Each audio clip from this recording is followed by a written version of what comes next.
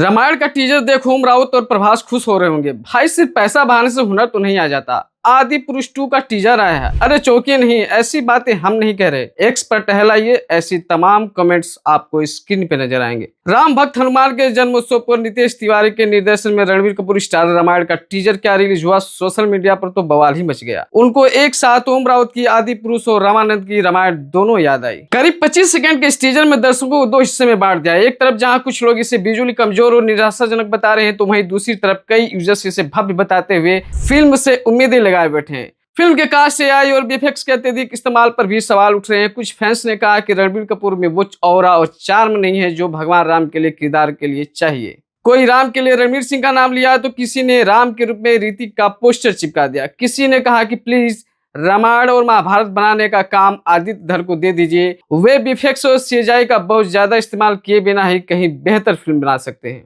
Netizens का कहना है कि 2026 में हम बॉलीवुड से मुकाबला करने की बात कर रहे हैं, लेकिन टीजर में ऐसे एआई जैसे दिखने वाले विजुअल्स और PS4 गेम जैसे कट सीन्स देख रहे हैं। एक यूजर ने कहा कि सिर्फ पैसा बहाने से हुनर तो नहीं आ जाता। टीजर में एक सीन को लेकर खास चर्चा हो रही है। दरअसल टीजर के एक शॉट में एक बच्चा रणबीर कपूर के सामने झुक रहा है और रणबीर उसे पार करके आगे निकल जाते हैं, लेकिन ठीक अगले फ्रेम में वही बच्चा रणबीर के बगल में खड़ा होकर उन पर फूल बरसाता हुआ दिखाई देता है। नेटिजन्स का कहना है कि 4000 करोड़ के कथित बजट वाली फिल्म में इस तरह की बुनियादी गलती होना कमजोर डिटेलिंग का नमूना है। कई लोग आरोप लगा रहे हैं कि भीड़ वाले दृश्य को भरने के लिए एआई का अत्यधिक उपयोग किया गया है, जिसके कारण ये तकनीकी खामियां सामने आ रही हैं। पर ऐसे लोग भी हैं जिन्हें टीजर काफी पसंद आया। फिल्म मेकर सिद्धार्थ आनंद ने रणबीर कपूर की लुक की काफी तारीफ की। उन्होंने शानदार बताते हुए लिखा कि रणबीर ने मेरे लिए भगवान राम के किरदार को पूरी तरह से निभा दिया है। मैं इस साल रामायण के साथ सबसे बड़ी स्क्रीन पर दिवाली मनाने का बेसब्री से इंतजार कर रहा हूँ। नितेश सर, आपकी कला सचमुच कमाल की है। नमित, तुमने अपना वादा पूरा किया। फिल्म में रणबीर कपूर, साई पल्लवी, यश, सनी देओल, रवि दुबे, लारा दत्ता और अमिताभ बच्चन जैसे दिग्गज कलाकार नजर आएंगे। ऑस्कर विजेता हंस जिमर और AR रहमान पहली बार एक साथ फिल्म के संगीत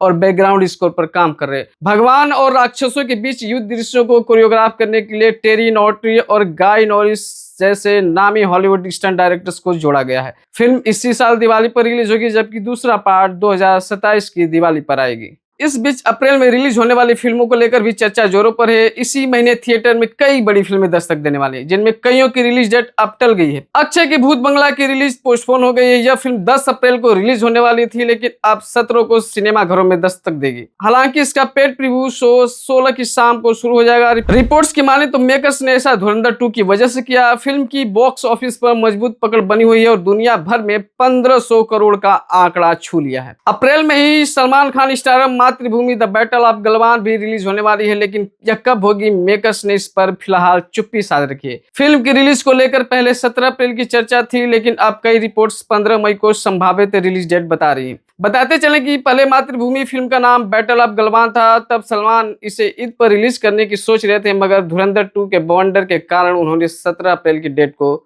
रिलीज के लिए फाइनल कर लिया। लेकिन अब नए टाइटल के साथ फिल्म का नया पोस्टर सामने आया तो उस पर रिलीज डेट मेंशन ही नहीं थी। ऐसे में कयास लगाए जा रहे हैं कि फिल्म की रिलीज तारीख बढ़ सकती है। 10 अप्रैल को सिनेमाघरों में 3 फिल्में एक साथ दस्तक देने वाली हैं। इनमें लव इंश्योरेंस कंपनी, पल्ली, चंटवी और डकैत एक प्रेम कथा है। लव इंश्योरेंस कंपनी साल 2040 के भविष्य में सेट है। यह कहानी एक ऐसे युवक की है जो तकनीक से भरी मशीनी दुनिया में आज भी पुराने जमाने के सच्चे प्यार में यकीन रखता है। उसकी मान्यताओं का टकराव एक विशाल कॉर्पोरेट लव इंश्योरेंस कंपनी और उसके शक्तिशाली CEO से होता है। वहीं पल्ली चटम्बी 1950 और 60 के दशक की पृष्ठभूमि पर आधारित है, जो समाज के हाशिए पर रहने वाले एक शरारती व्यक्ति की कहानी है। वह अपनी चतुराई और चालों से अस्तित्व की लड़ाई लड़ता है। टोबिनो थॉमस इसमें एक अनूठे मास्क लुक में नजर आएंगे। फिल्म केरल के पहाड़ी इलाकों में प्रवासी किसान समुदायों के संघर्ष और वर्ग भेद को भी गहराई से छूती है। बात डकैती करें तो इस फिल्म में आदिवी शेष और मृणाल ठाकुर लीड रोल में है। फिल्म का निर्देशन सनील देव ने किया है। यह 2 भाषाओं में, हिंदी और तेलुगु में रिलीज होगी। 24 अप्रैल को भी बॉक्स ऑफिस पर 2 फिल्में दस्तक देंगी, जिनमें है एक मर्सी और दूसरी गिनी बैट्स सनी 2। मर्सी फिल्म इच्छा मृत्यु जैसे अत्यंत संवेदनशील विषय पर आधारित है। कहानी शेखर के इर्द गिर्द घूमती है, जो एक दर्दनाक कस्मकस में फंसा है कि क्या उसे असाध्य रोग से पीड़ित अपनी मां की पीड़ा को हमेशा के लिए खत्म कर देना चाहिए। वहीं गिनी वेड्स ऑफ सनी 2 एक रोमांटिक कॉमेडी सीक्वल है। इसमें एक बिल्कुल ताजा जोड़ी नजर आएगी। अविनाश तिवारी सनी और मेधा शंकर गिन्नी के रूप में विक्रांत मेसी और यामी गौतम की जगह लेंगे। यह फिल्म युवाओं के बीच प्यार और शादी के बदलते समीकरणों को हल्के फुल्के अंदाज में पेश करेगी। 30 अप्रैल को भी बॉक्स ऑफिस पर 2 फिल्में टकराएंगी, ध्रुव सर्जा की केडी द डेविल और रामचरण स्टारर पेडी। केडी 1970 के दशक के बेंगलुरु के अंडरवर्ल्ड की वास्तविक घटनाओं से प्रेरित यह फिल्म कालिदास उर्फ केडी के सफर को दिखाती है। एक छोटा अपराधी कैसे खतरनाक गैंगस्टर्स के बीच अपनी जगह बनाता है और एक शक्तिशाली माफिया डॉन बनकर उभरता है, यही इसकी मुख्य थीम है। पेड्डी की बात करें तो यह 1980 के ग्रामीण आंध्र प्रदेश की पृष्ठभूमि पर बनी है। यह फिल्म एक जोशीले ग्रामीण की कहानी है जो अपने समुदाय के स्वाभिमान की रक्षा के लिए खेलों के जरिए सबको एकजुट करता है। जहां शुरुआती प्रोमो में क्रिकेट पर ध्यान दिया गया था, वहीं ताजा अपडेट्स के अनुसार फिल्म में पहलवानी का एक जबरदस्त ट्विस्ट देखने को मिलेगा। फिल्म में रामचरण के साथ जानवी कपूर नजर आएंगी।